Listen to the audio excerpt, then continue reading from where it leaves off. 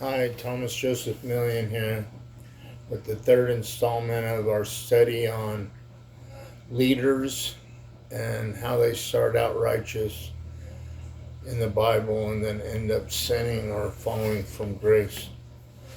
Today we're going to study Solomon and a little bit about consequence. What happened to Solomon? He was the wisest in the land.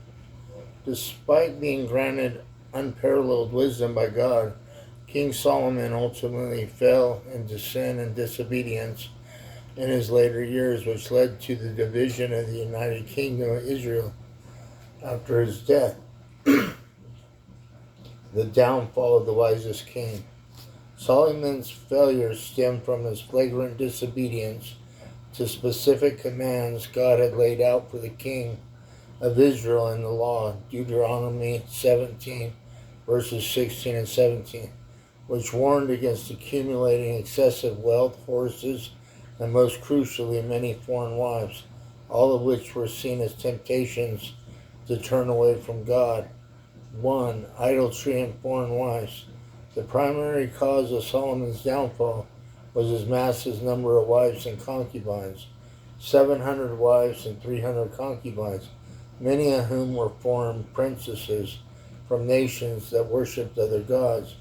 The Bible explicitly states that his wives turned away his heart after other gods when he was old. 1 Kings 11, verses 3 and 4.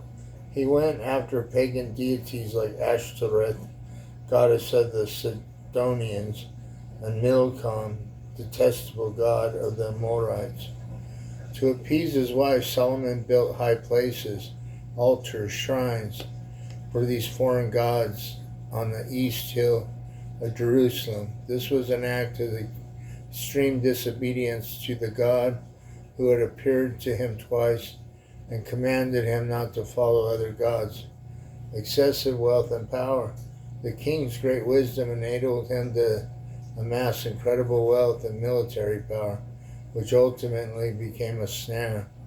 He multiplied horses, many imported from Egypt, and gold and silver far in excess of what was permissible for a king, showing reliance on his own strength and wealth rather than God. His extravagance also led to heavy taxation and forced labor, cultivated for his own people, which created deep resentment among the tribes, especially in the north. The consequence: God became angry with Solomon because his heart was not wholly true to the Lord his God, and as a result, God declared a severe punishment. 1 Kings 11, verses 9 through 13. Kingdom torn away. God would tear the kingdom from his son's hand and give it to several. Jeroboam.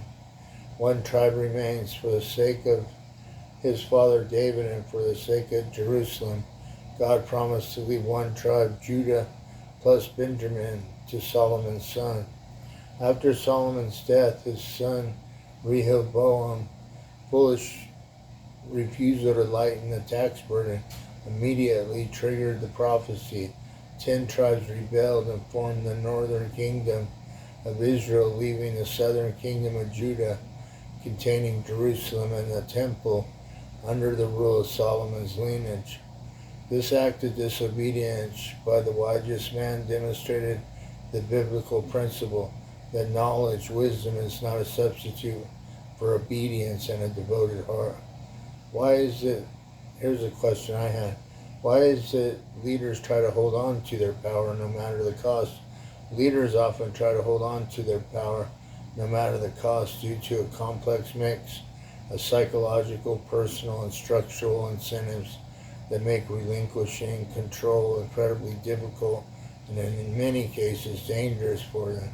The desire to maintain power is a universal human dynamic, but it's magnified in leadership positions, particularly in authoritarian or high-stakes environments.